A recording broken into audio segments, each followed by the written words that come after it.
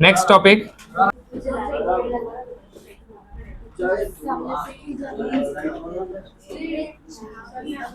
देखो Ohm's law क्या होता है। वेरी इंपॉर्टेंट टॉपिक है, आप लोग को थोड़ा बहुत नाइन्थ में भी था। ओम्स लॉ क्या होता है, याद है आपको? स्टेटमेंट और वो सारी चीज।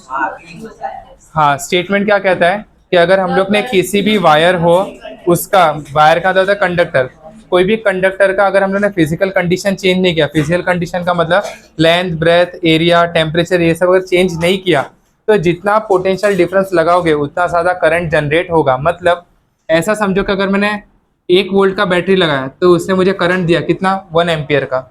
अगर मैंने पोटेंशियल डिफरेंस डबल कर दिया तो मुझे करंट कितना मिलेगा, डबल। 3 एम्पियर, अगर सॉरी 3 वोल्ट किया तो 3 एम्पियर। तो जैसे जैसे आप पोटेंशियल डिफरेंस बढ़ाते जाओगे उतना करंट वहां पर जनरेट होगा एंड वो वायर के अंदर से पास होगा। ऐसा किसने बोला, ओम्स लॉ ने। एंड उसके ऊपर एक एक्सपेरिमेंट भी किया था, एंड एक्सपेरिमेंट आप लोग के टेक्स्ट बुक के अंदर है। सो ओम्स लॉ क्या क्या कहता है, देखो यहाँ पे सब लोग। According to Ohm's law, the current flowing in a conductor is directly proportional to the potential difference applied across its end, provided across का मतलब क्या होता है समझो, यहाँ पर एक सर्किट है एंड अपने पास वायर है एक्स एंड वाई। तो अगर मैंने यहाँ पर 1 वोल्ट का बैटरी लगाया तो कितना करंट पास हो रहा है इसके अंदर से, 1 एम्पियर का। फिर मैंने अगर 2 वोल्ट लगा दिया तो कितना एम्पियर करंट पास होगा, 2 एम्पियर। 3 वोल्ट लगा दिया तो 3 एम्पियर। अनटिल एंड अनलेस कितने कंडीशन इसके सेम होने चाहिए, उसका टेम्परेचर, लेंथ, एरिया, वॉल्यूम, जो जितने फिजिकल कंडीशन है सारे के सारे क्या होने चाहिए, सेम। अगर सपोज के वायर बीच में से पतला है तो बीच में से मोटा है, कहीं से टूट गया, ब्रेक हो गया, तो फिर ये वाला लॉ एप्लीकेबल होगा नहीं। समझा आया तक? सो वी नो दैट यहाँ से V is directly proportional to I। तो जैसे इसके अंदर से कांस्टेंट बाहर आएगा, क्योंकि जब यहाँ पर प्रोपोर्शनलिटी का साइन है तो इक्वल आएगा I इंटू आर। एंड ये जो R होता है इसको हम लोग क्या बोलते हैं, रेजिस्टेंस। तो रेजिस्टेंस क्या होता है देखो, तो resistance is a ratio of potential difference upon I, that is current. ये हम लोग ने लास्ट टाइम भी थोड़ा बहुत देखा था। रेजिस्टेंस क्या होता है, क्या होता है रेजिस्टेंस, कितना ऑब्स्ट्रक्शन मिल रहा है करंट को पूरे वायर के अंदर या तो पूरे सर्किट के अंदर जाने के लिए। समझा था? एंड इसका ऐसा यूनिट क्या होगा, ऐसा यूनिट इसका है ओम। ये सब छोटे छोटे टॉपिक्स है, क्लियर? अगर आपको बोला मिली ओम तो मिली ओम मतलब कितना, -3 ओम। एंड अगर सपोज के बोला कि माइक्रो ओम बोला मतलब 10⁻⁻⁶ एक्सेट्रा एक्सेट्रा, ये सारा चीज़ क्लियर। डाउट इसके अंदर कुछ है? आपको मैंने लास्ट टाइम बताया था कि जो रजिस्टर होते हैं वो कैसे दिखते हैं, बताते नहीं बताता है ना? रजिस्टर कुछ ऐसे होते हैं, बताया था ना मैंने। इसके अंदर बैंड होते हैं, तो इसके ना अलग अलग बैंड्स होते हैं एंड वो अलग अलग बैंड्स है ना, वो आपको बताते हैं कि ये जो रजिस्टर है उसका रेजिस्टेंस कितना होता है।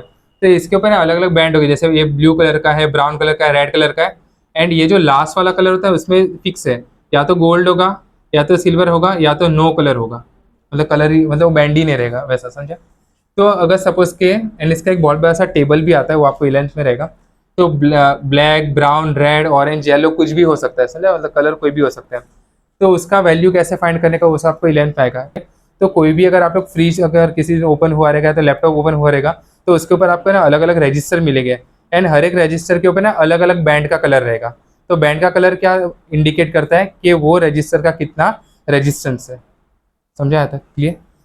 जाए आगे, नेक्स्ट पार्ट देखो। इसके अंदर अगर मैं इसका ग्राफ बनाऊं, VI graph and IV graph, ये बहुत इंपॉर्टेंट है।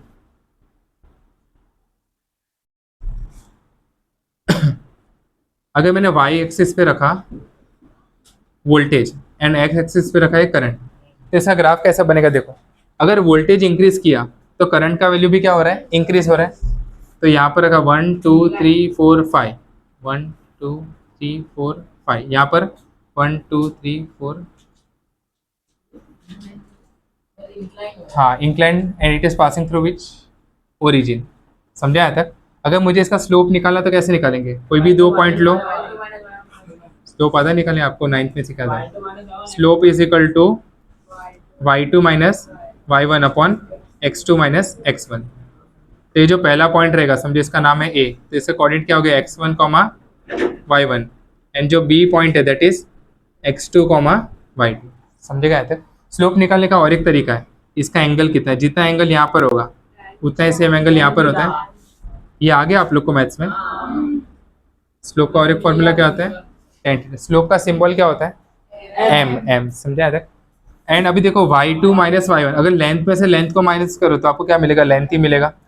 तो वैसे ही यहाँ पर कौन आएगा? y, एंड यहाँ पर कौन आएगा? x। y पे कौन है? v, एंड यहाँ पर कौन है? i। तो v अपॉन i क्या होता है? r। तो अगर आप vi ग्राफ का स्लोप निकालो तो आपको क्या मिलेगा? Resistance, that is so slope of vi graph will give you what? Resistance. समझा आया तक? क्लियर? अगर आपके सामने मैंने 2 ग्राफ बनाए, ये सब पूछेंगे एग्जाम में,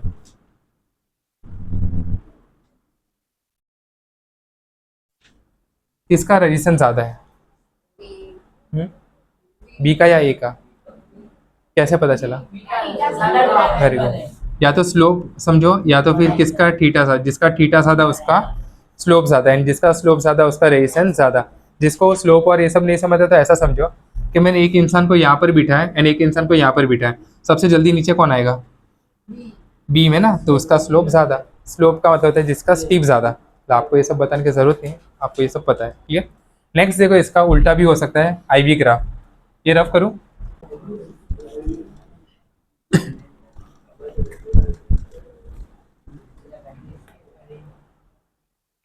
नेक्स्ट देखो IV ग्राफ।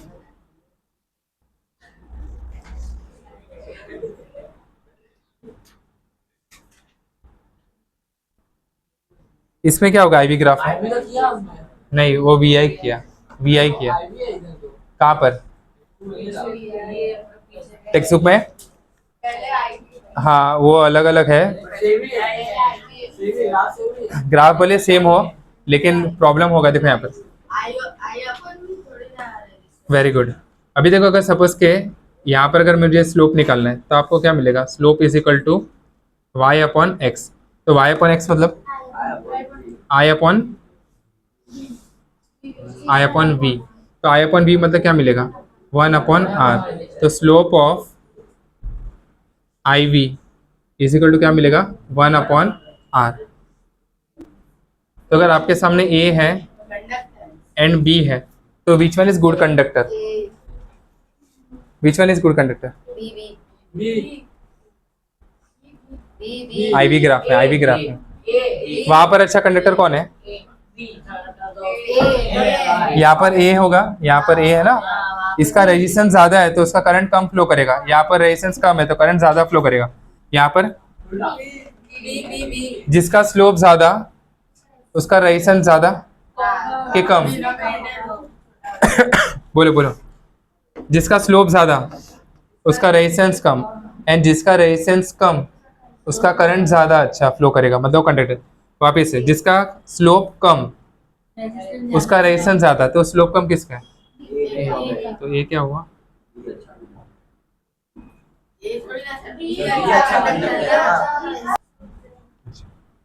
जिसका स्लोप ज्यादा, 1/r है ना। डन यहाँ तक? क्लियर? तो ये फर्क इसमें, जिसका थीटा ज्यादा वो वाले केस में उसका रेजिस्टेंस ज्यादा, ये वाले केस में जिसका थीटा, ये बराबर बोला है ना आप लोग ने? वापिस से रुको। जिसका स्लोप ज्यादा, बी का स्लोप ज्यादा तो आर कम। हाँ, तो ये ज्यादा अच्छा गुड कंडक्टर। हाँ, वहां पर जिसका स्लोप ज्यादा वो बैड कंडक्टर है, यहाँ पर जिसका स्लोप ज्यादा वो गुड कंडक्टर है। बराबर नहीं? जिसका स्लोप ज्यादा उसका रेजिस्टेंस ज्यादा, जिसका रेजिस्टेंस ज्यादा वो बैड कंडक्टर। तो ये वाले केस में जिसका स्लोप ज्यादा मतलब वो बैड कंडक्टर है, एंड यहाँ पर जिसका स्लोप ज्यादा वो गुड कंडक्टर है। स्लोप ज्यादा तो रेजिस्टेंस कम होगा ना? हाँ, तो रेजिस्टेंस कम तो करंट ज्यादा फ्लो करेगा, तो गुड कंडक्टर। समझा आया तक सब लोग को? ये फर्क है VI graph and IV graph के अंदर।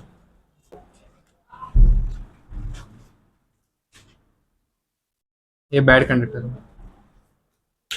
स्टार्ट करें नेक्स्ट पार्ट। नेक्स्ट पार्ट देखो, कंडक्टेंस।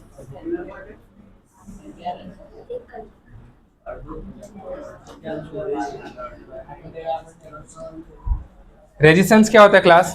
रेजिस्टेंस मतलब कितना ऑब्स्ट्रक्शन मिलता है। अभी उसका उल्टा, that is called conductance. Conductance मतलब कितना पास होने के लिए देता है। सपोज से कोई भी वायर है, उसने 20% रेजिस्टेंस दिया तो इसका कंडक्टेंस कितना होगा 80%. So the reciprocal of resistance is known as conductance. समझे आते? तो इसका फॉर्मूला कैसा बनेगा, G is equal to 1/R. ऐसा यूनिट क्या होगा, रेजिस्टेंस का ओम होता है ना, इसका क्या होगा 1/ओम. ओम का पावर 1, ऊपर जाके कितना आ जाएगा ओम -1. एंड इसका दूसरा भी क्या होता है सीमेंस. सीमन या तो साइमन, जो भी बोलो. वो भी एक साइंटिस्ट के नाम पे ही है. डाउट या तो कुछ. कंडक्टेंस का फॉर्मूला क्या होगा, आर क्या होता है V/I. तो अगर आप यहाँ पर करो V/I तो ये कहाँ पर जाएगा ऊपर, तो I/V. ध्यान से देखो इसके अंदर, अगर आपने IV ग्राफ बनाया ध्रुवील, अगर आपने IV ग्राफ बनाया एंड अगर उसका स्लोप निकाला, IV ग्राफ का स्लोप निकाला तो I/V. I/V मतलब क्या होता है 1/R. मतलब ये आपको क्या देगा कंडक्टेंस 1/ ओम का पावर 1 है. ओमेगा है ना, ओमेगा, इसको ओमेगा बोलते हैं. ये आर नहीं है, ये इसका ऐसा यूनिट है रेजिस्टेंस का. तो ये ऊपर जाके क्या हो जाएगा ओम -1. तो कंडक्टेंस का यूनिट क्या हो जाएगा ओम -1. समझे आया तक सब लोगों को क्लास? अगर देखो हमारे पास एक ग्राफ है IV ग्राफ एंड मैंने अगर इसका स्लोप निकाला तो मुझे क्या मिलेगा कंडक्टेंस मिलेगा. समझेगा कैसे, slope is equal to y/x. y पे कौन है I/V is equal to 1/R which is nothing but G. अभी समझा क्लियर आपको? तो देखो जो पहला ग्राफ दिया ना आपको टेक्स्ट बुक के अंदर 8.3, वो कौन सा ग्राफ है IV ग्राफ है, लेकिन इसके ऊपर टॉपिक देखो क्या दिया है कंडक्टेंस. समझा सब लोग को? समझा नहीं समझा? तो कंडक्टेंस के लिए हम लोग कौन सा ग्राफ निकालते हैं IV ग्राफ, एंड रेजिस्टेंस के लिए कौन सा ग्राफ निकालते हैं VI ग्राफ.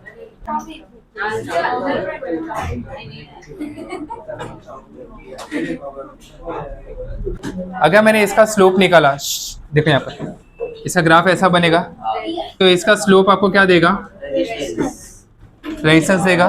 अगर मैंने 1/ स्लोप निकाला तो आपको क्या मिलेगा कंडक्टेंस. समझे आया तक? A, B and C. बोलो किसका रेजिस्टेंस ज्यादा, resistance of C is greater than resistance of B is greater than resistance of A. समझा आया तक? किसका कंडक्टेंस ज्यादा, A का कंडक्ट. तो conductance of A is greater than conductance of B is greater than conductance of C. समझा आया तक? क्लियर? समझा नहीं समझा? नेक्स्ट पार्ट है IV ग्राफ. इसका अगर आपने स्लोप निकाला तो क्या मिलेगा कंडक्टेंस, एंड अगर 1/ स्लोप किया तो रेजिस्टेंस. सेम इसके अंदर भी A, B एंड C. किसका रेजिस्टेंस ज्यादा, A का रेजिस्टेंस ज्यादा कि C का. Resistance of A is greater than and conductance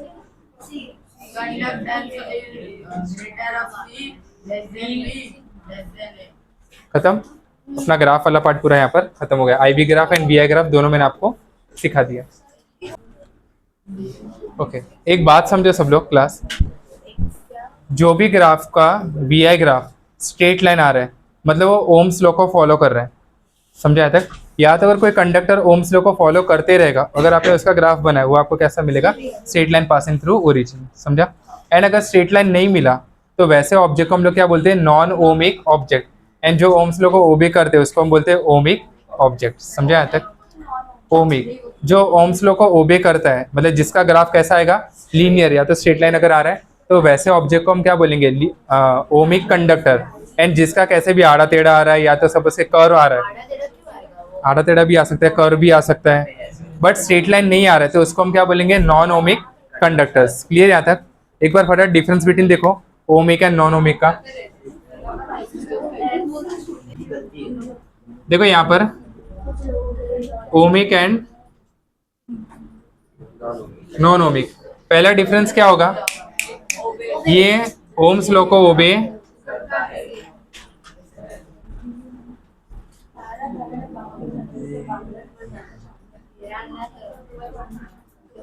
it will obeys the Ohm's law. यहाँ पर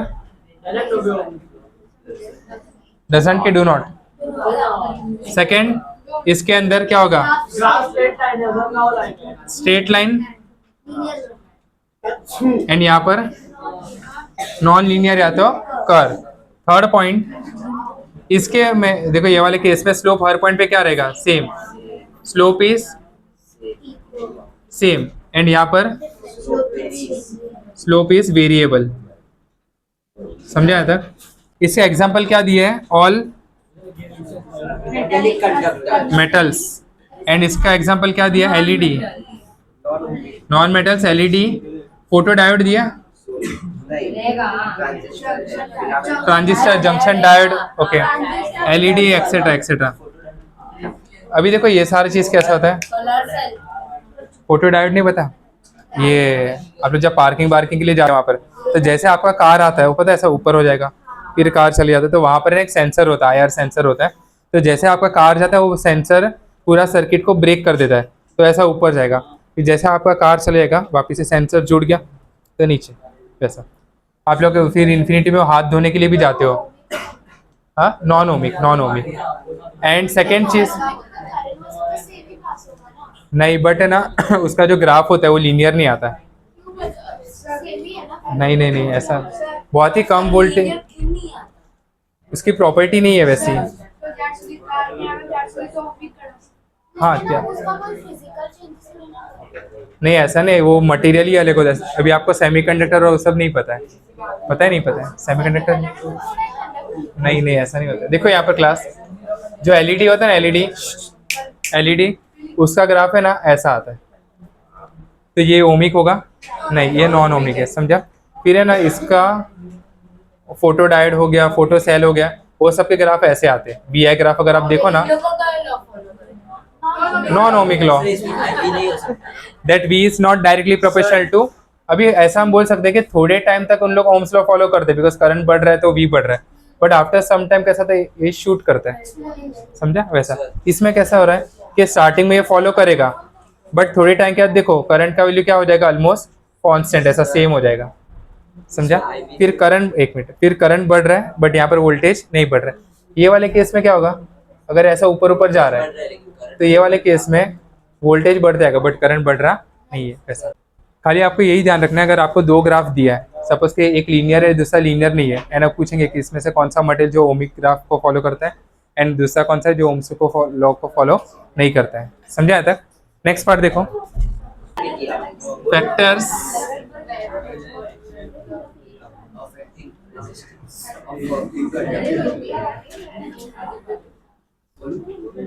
याद है? देखो यहाँ पर फैक्टर्स अफेक्टिंग रेजिस्टेंस। अगर अपने से एक वायर है, इसका लेंथ सपोज है 1 मीटर एंड इसका रेजिस्टेंस है सपोज के 10 ओम। अगर मैंने इसका वायर का लेंथ अगर मैंने इंक्रीज कर दिया एंड इंक्रीज करके लेंथ कर दिया 2 मीटर, तो इसका रेजिस्टेंस कितना होगा? बढ़ेगा कि कम होगा? ऑब्वियसली बढ़ेगा। क्यों बढ़ेगा? देखो पहले इसके अंदर जो नंबर ऑफ एटम्स हैं वो बहुत ही कम रहेंगे। जैसे आपने लेंथ बढ़ा दिया तो नंबर ऑफ एटम्स भी क्या हो गए? बढ़ गए। तो इलेक्ट्रॉन जब जा रहे थे उसके लिए ऑब्स्ट्रक्शन बढ़ेगा, ऑब्स्ट्रक्शन बढ़ेगा तो कोलिजन ज़्यादा होगा, तो रेजिस्टेंस भी बढ़ेगा। तो यहाँ से इसका रिलेशन क्या मिला? R is directly proportional to L, conversely. हाँ, सेकेंड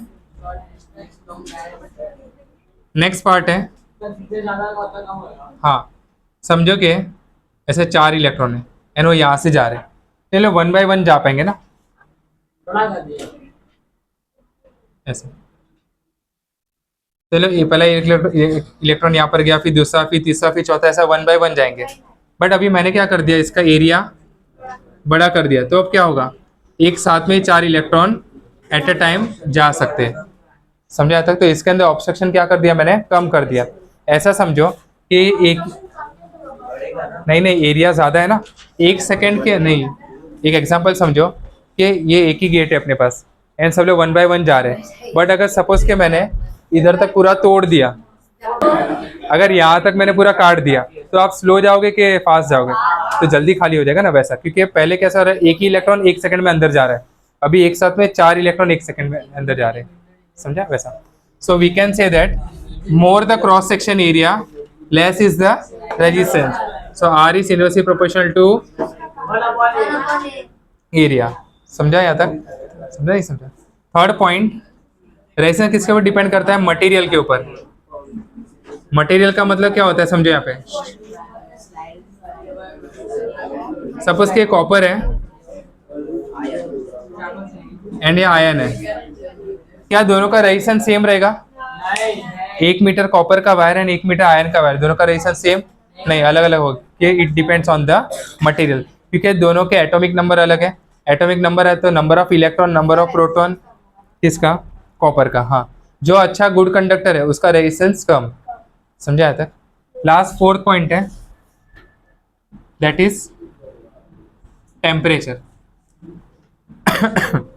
अगर सपोज के टेम्परेचर है 20 डिग्री सेल्सियस एंड मुझे कोई भी वायर है उसमें से करंट जा रहा है एंड उसके वजह से वहाँ पर कितना टेम्परेचर जनरेट हुआ है, ये पता है ना. करंट भी जब किसी वायर के अंदर से फ्लो होता है तो वहाँ पर हीट प्रोड्यूस होता है, तो वहाँ पर टेम्परेचर 20 डिग्री सेल्सियस, तो उसके वजह से जो मुझे रेजिस्टेंस मिल रहा है वो है 10 ओम. अगर मैं टेम्परेचर डबल कर दिया 40 डिग्री सेल्सियस तो क्या होगा? रेजिस्टेंस बढ़ेगा या कम होगा? बढ़ेगा. पता है क्यों बढ़ेगा? बिकॉज है ना, जैसे ही एनर्जी बढ़ता है, जैसे हीट एनर्जी बढ़ेगा तो इलेक्ट्रॉन ना फास्ट जाने का तो ट्राई करेगा, बट फास्ट जाने के चक्कर में वो बहुत ज़्यादा क्या करेगा? कोलिजन. एंड जितना ज़्यादा नंबर ऑफ कोलिजन बढ़ेगा हाँ, मतलब वो खुद भी वहाँ पर वाइब्रेट करते करते सब जगह पर टकराएगा, एंड जितना ज़्यादा टकराएगा उतना ज़्यादा वहाँ पर रेजिस्टेंस प्रोड्यूस होगा एंड टेम्परेचर भी. दूसरा एक ये भी होता है, अगर टेम्परेचर बढ़ता है तो मेटल क्या होते हैं? एक्सपांड, मतलब उसका लेंथ इंक्रीज होगा. लेंथ इंक्रीज होगा तो रेजिस्टेंस भी इंक्रीज. तो we can say that resistance is directly proportional to what? नहीं, मोस्टली ऐसा बढ़ेगा ना, लीनियर एक्सपेंशन होगा. उल्टा एरिया और कम हो जाएगा. एरिया कम हो गया तो रेजिस्टेंस और बढ़ेगा. वॉल्यूम बढ़ेगा. वॉल्यूम सेम रहेगा. वॉल्यूम सेम रहता है हमेशा, तो एरिया कम होता है तो वॉल्यूम कम हुआ ना, सॉरी सेम रहा ना. अरे वॉल्यूम तो बढ़ेगा ना. वॉल्यूम कैसे बढ़ेगा? सुनो यहाँ पे, इसका वॉल्यूम इतना ही है पर अगर मैंने इसका लेंथ एक्सटेंड कर दिया, खींच दिया, तो ये पतला हो जाएगा ना, तो length increase but area decrease. Volume तो सेम रहता है. अरे नहीं समझा? वॉल्यूम बढ़ेगा. नहीं बढ़ेगा. Volume always same is the same. फिर रेजिस्टेंस का क्या होगा? मतलब दोनों अलग-अलग चलेगा. अगर वायर का लेंथ बढ़ा तो रेजिस्टेंस बढ़ेगा. एरिया कम होगा, एरिया कम होगा तो भी रेजिस्टेंस बढ़ेगा.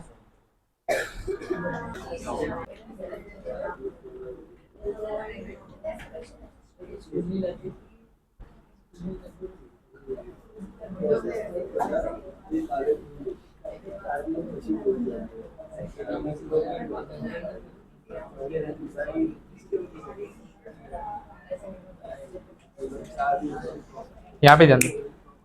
सपोज के इसका इनिशियली लेंथ है, स्टार्टिंग में रेजिस्टेंस है 10 ओम ये वायर का, इसका लेंथ कितना है? सपोज 10 मीटर बराबर. एंड वायर का अगर मैंने लेंथ यहाँ पर इंक्रीज कर दिया, डबल कर दिया, तो क्या होगा इसका रेजिस्टेंस? बढ़ जाएगा. थिकनेस सेम रखो बराबर, थिकनेस सेम है इसका एंड मैंने इसका लेंथ बढ़ा दिया, तो यहाँ पर रेजिस्टेंस सपोज लेंथ है कितना होगा? R2 का जो 20 हो. समझा? सेकंड केस देखो. हाँ,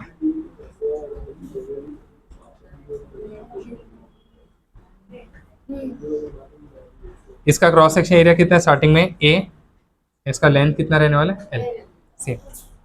अभी मैंने क्या किया, लेंथ को सेम रखा बट है ना उसका एरिया मैंने ऐसा बढ़ा दिया, डबल कर दिया. कम हो जाएगा. इसका जो क्रॉस सेक्शन एरिया है वो कितना हो गया? 2A. तो यहाँ पे सपोज के रेजिस्टेंस है R, तो यहाँ पर एरिया का क्या होगा? R/2. कितना होगा नया रेजिस्टेंस? R/4 रेजिस्टेंस को 4 टाइम्स. जो नया रेजिस्टेंस होगा वो कितना होगा? भाई आर स्क्वायर होता है भाई। ये क्रॉस सेक्शन एरिया ना, भाई आर स्क्वायर। एरिया। सो हाँ, वो तो सेम एरिया था यहाँ पे तो क्रॉस। फॉर्मूला में।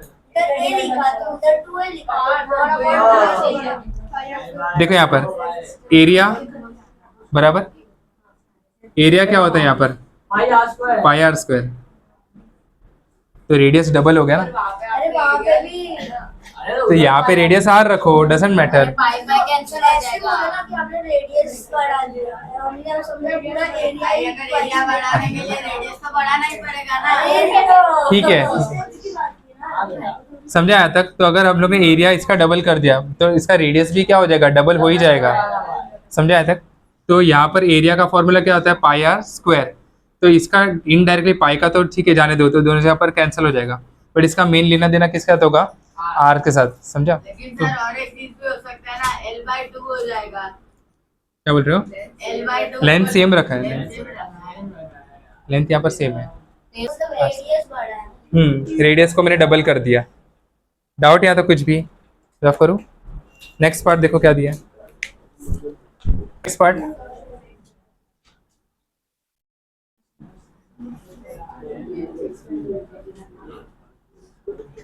रेजिस्टिविटी। रेजिस्टिविटी क्या होता है, रो। इसका दो नाम है, या तो रेजिस्टिविटी बोलो या तो स्पेसिफिक रेजिस्टेंस बोलो। अभी ये क्या होता है पता है, स्पेसिफिक रेजिस्टेंस। तो समझने ट्राई करो। अगर है ना मुझे 100 किलोमीटर वायर अगर यहाँ से समझो यहाँ से अंधेरी तक अगर यूज़ करना है तो उसका रेजिस्टेंस कितना होगा, कैसे फाइंड करेंगे, उसको पूछेंगे तेरा कितना है। तो हम लोग क्या करना पड़ेगा, पर मीटर रेजिस्टेंस फाइंड करेंगे कि 1 मीटर का कितना है, फिर इसको 100 मीटर से मल्टीप्लाई कर दो। समझा, that is called specific resistance. समझा यहाँ तक। तो अगर ऐसा समझो कि 100 पेन है, उसका 500 प्राइस है, तो एक का कितना हुआ, तो रेजिस्टेंस तो हम लोग एक का फाइंड करेंगे। फिर उसके बाद हम लोग क्या करेंगे, जितने भी पीस अपने को लेने हैं उससे मल्टीप्लाई कर देंगे।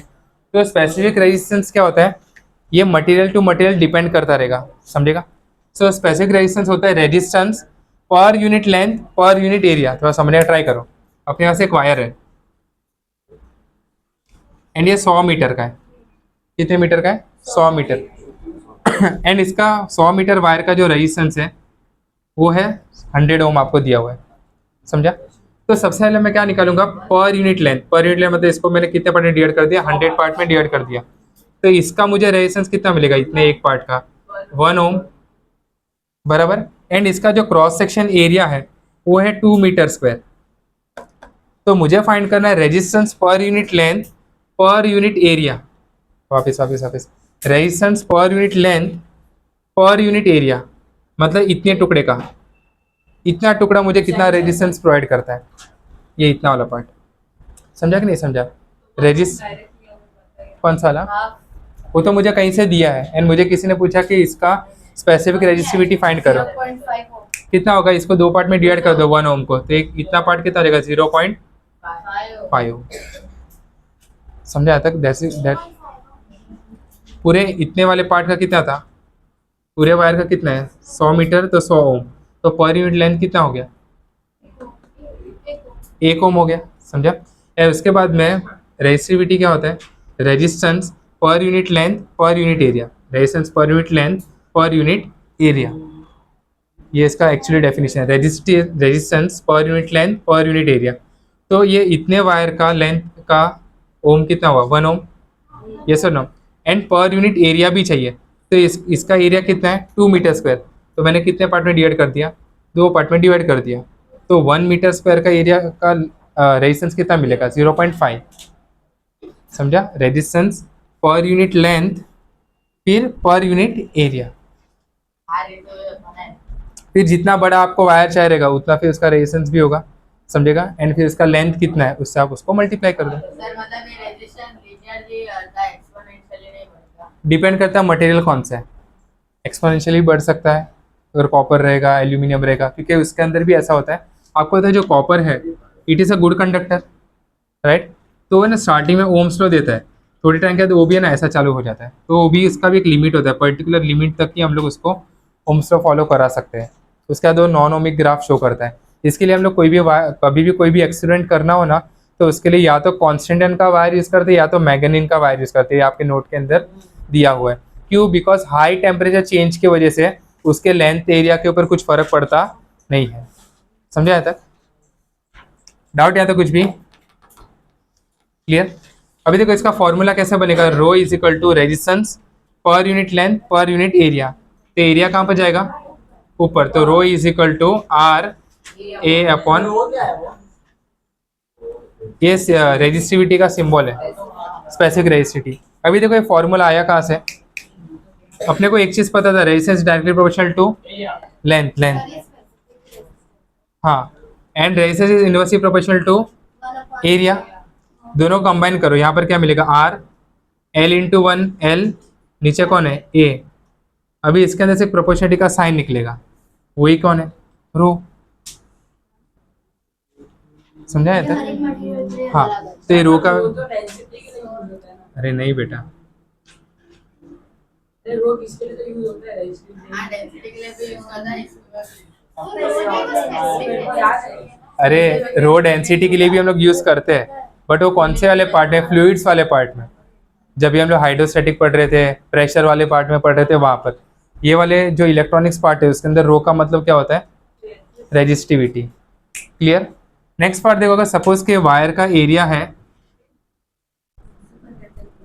सपोज लेंथ है 1 मीटर एंड एरिया है 1 मीटर स्क्वायर, तो रेजिस्टिविटी कितना होगा? Resistivity is equal to R, A का वैल्यू 1, एल का वैल्यू भी 1, तो rho is equal to R. समझा? मतलब अगर सपोज कि इसका वैल्यू आता है 1 ओम, इसका मतलब क्या कि 1 यूनिट लेंथ में पर मीटर एरिया में वो कितना रेजिस्टेंस दे रहेगा? 1 ओम। 1 ओम। डन यहाँ तक? अभी रेजिस्टिविटी का उल्टा होता है कंडक्टिविटी, है ना आपको? कंडक्टिविटी का सिंबल होता है सिग्मा। सिग्मा क्या होता है? It is reciprocal of resistivity. Resistivity मतलब क्या? पर unit length per unit area कितना रोक रहा है करंट को जाने के लिए। कंडक्टिविटी पूरा उसका उल्टा हो जाएगा, पर unit length per unit area कितना वो करंट को पास होने के लिए दे रहा है। समझा यहाँ तक? समझा नहीं समझा? क्या नहीं समझा? देखो ये सिग्मा है, सिग्मा मतलब क्या? कंडक्टिविटी। रेजिस्टिविटी क्या था? पर unit length per unit area कितना करंट को रोक रहा है। कंडक्टिविटी उसका उल्टा, पर unit length per unit area कितना पास होने के लिए दे रहा है। समझा? हाँ, बट ये कितना रोक रहा है एंड वो कितना पास होने दे रहा है। जिसका रेजिस्टिविटी ज्यादा उसका कंडक्टिविटी कम, वाइस वर्सा। ओके, इसका ऐसा यूनिट क्या होगा? रो के लिए देखो, रो का ऐसा यूनिट पहले निकालना पड़ेगा। रो का फॉर्मूला क्या? R A upon L. Resistance के लिए ओम, एरिया के लिए मीटर स्क्वायर, लेंथ के लिए ओम मीटर। इसको यहाँ पे सब्स्टिट्यूट करो, ओम मीटर, ऊपर आके क्या बनेगा? ओम -1 मीटर -1। समझे तक? एंड इसको हम लोग क्या लिख सकते थे? सीमेंस भी लिख सकते थे ना। डाउट है तो कुछ ही? तो इसका फॉर्मूला क्या बनेगा? Sigma is equal to R A upon L. L कहाँ जाएगा? ऊपर, तो sigma is equal to done.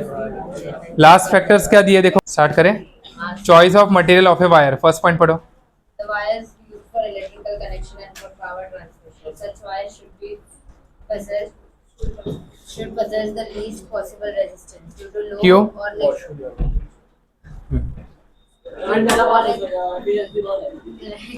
resistance of the connection wire. The current in the circuit remains unaffected, and the loss of energy due to heating is prevented. Hence, they are made up of materials such as copper and or aluminium. क्यों हम लोग copper and aluminium use करते हैं? क्योंकि उसका resistance क्या होता है? बहुत ही कम। जितना रेजिस्टिविटी कम उतना कंडक्टिविटी ज्यादा।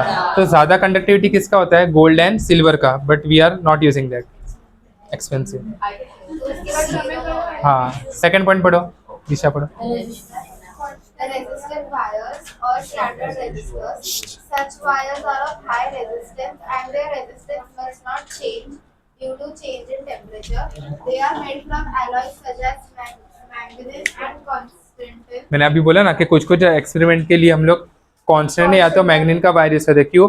बिकॉज आप कितना भी टेम्परेचर चेंज करो उसके लेंथ एरिया में कुछ भी फर्क आता नहीं है। हाँ, बट इसको है ना हाई टेम्परेचर क्या ना बहुत ज़्यादा 500 500 600 तब भी जाके थोड़ा सा चेंज देता है, वो भी न के बराबर, बाकी वो चेंज ही नहीं होता। चलो थर्ड पॉइंट। हाँ हाँ पढ़ो continue. For which the specific resistance is high and the effect of change in temperature on the resistance is negligible. समझा? टेम्परेचर के ऊपर आप कितना भी चेंज करो बट उसके रेजिस्टेंस के ऊपर कुछ फर्क पड़ेगा नहीं। क्यों? बिकॉज उसका ना तो लेंथ चेंज होगा ना तो एरिया। थर्ड पॉइंट मनवाज, थर्ड पॉइंट। हाँ A fuse wire. It is made up of an alloy of lead and tin because its melting point is low and its specific resistance is more than that of copper or aluminium. So that the resistance of a short and thin fuse wire is more than that of the connecting wire. आपको ये पता है fuse wire क्या होता है? हाँ. ये आप लोग है ना इसके बाद का जो चैप्टर है Current is हाँ उसके अंदर भी हम लोग स्टडी करेंगे। जैसे कि समझो अपने पास कोई टीवी है, बराबर है?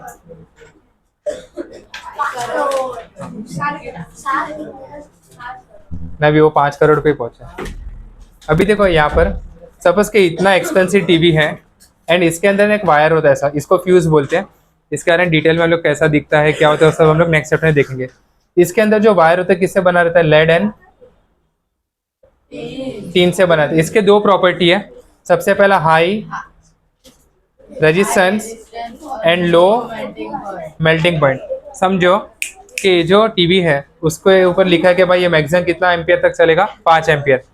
कैसे कैसे शॉर्ट सर्किट हो गया एंड इसके अंदर से 6 या तो 7 एम्पियर करंट आ गया, तो जितना ज़्यादा करंट आएगा उतना ज़्यादा हीट जनरेट होगा एंड हीट जनरेट होने की वजह से इसका प्रॉपर्टी कैसा है? Low melting point. तो ये जो वायर है ना वो हाँ बचाने के लिए सब रखा है। तो देखो ये जो वायर होता है ना it is has low melting point, तो ये यहाँ पर क्या हो जाएगा? मेल्ट।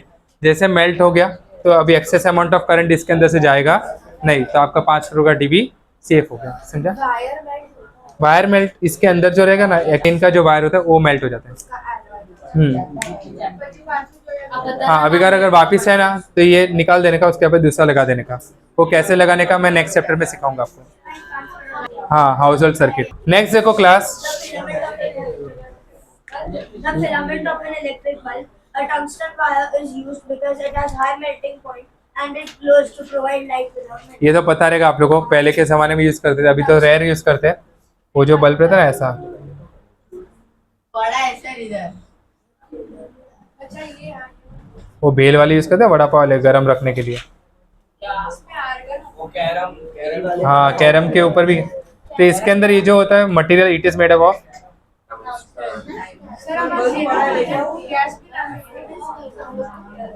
टंगस्टन फिलामेंट एंड इसका मेल्टिंग पॉइंट कितना होता है क्लास? 3400 degree Celsius. मतलब इतना टंगस्टन इतना टेम्परेचर लेके तभी आके मेल्ट होगा। इसमें से जब करंट पास होगा ना क्लास देखो यहाँ पर, इसके अंदर से जितना करंट पास होगा तो वहाँ पर जो टंगस्टन फिलामेंट होता है ना उसका एक प्रॉपर्टी होता है हाई रेजिस्टेंस का, एंड जितना ज़्यादा हाई रेजिस्टेंस होगा उतना ज़्यादा वो हीट प्रोड्यूस करता है। चलो नेक्स्ट पॉइंट कौन पढ़ रहा था? पढ़ो परी। The heating element in appliances such as heater, toaster, oven, etc. The nichrome wire is used because of specific resistance. Nichrome किससे बनता है? It is a alloy of निकल एंड क्रोमियम। पढ़ो नाइक्रोम वायर में क्या होता है? Because the specific resistance of nichrome is high and its resistance increases to a great extent with the increase in temperature. निकल और क्रोमियम ना हाँ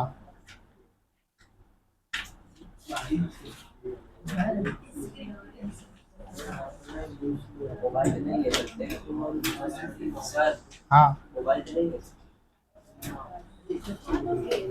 आपका ड्रीम हाउस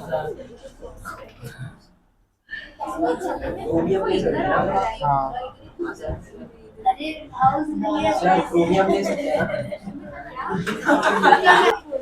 ये है क्लास क्लास इस्त्री की नाइफ है. It is ion. ये वायर है ये। इस्त्री बना सो इसके अंदर है ना ऐसे ना वायरिंग्स होते हैं, कॉइल होता है। तो एक में से करंट जाता है इनपुट, फिर यहाँ से जाके वापस से।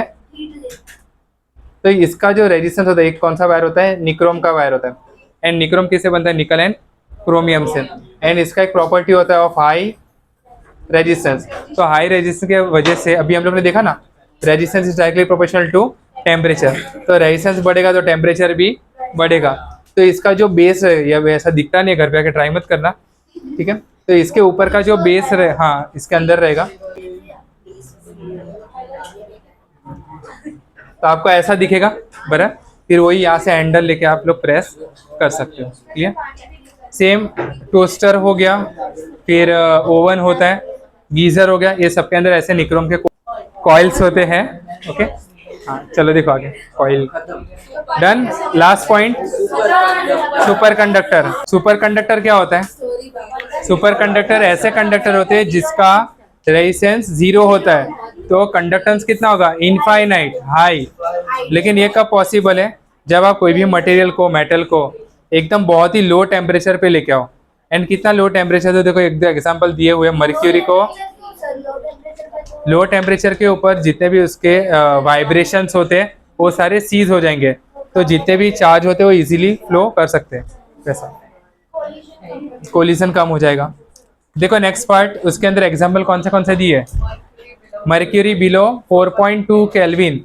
क्लास 4.2 केल्विन मतलब कितना होता है?